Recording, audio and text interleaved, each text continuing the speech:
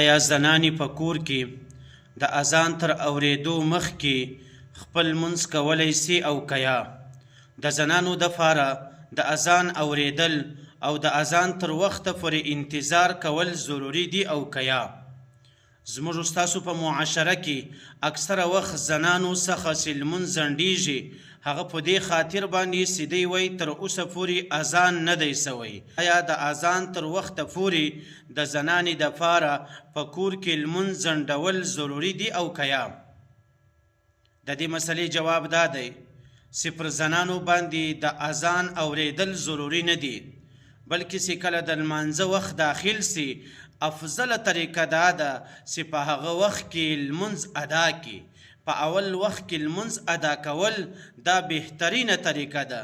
د زنانو دپاره د اذان اوریدل ضروري نه دي، بلکې تر ټولو بهترینه خبره دا ده چې په اول وخت کې لمونځ وکړي، ځکه د زنانو د کور ضروریات، د کور مصروفیات، د ماشومانو په خدمت باندې هم مصروفه وي، نو لهذا د دوی دپاره بهترینه طریقه دا ده چې په اول وخت کې لمونځ ادا کړي.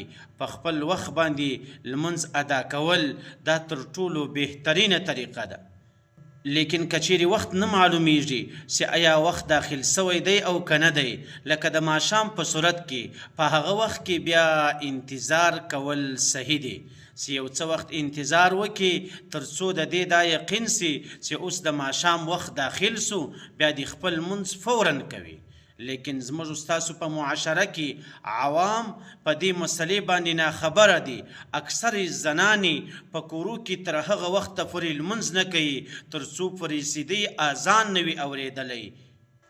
نو ډېره اهمه مسله ده، په خپله یې زده کول هم لازمي دي او تر نورو پورې، تر خپلو زنانو پورې په کور کې په دې باندې هر څوک خبرول دا هم صدقه جاریه ده.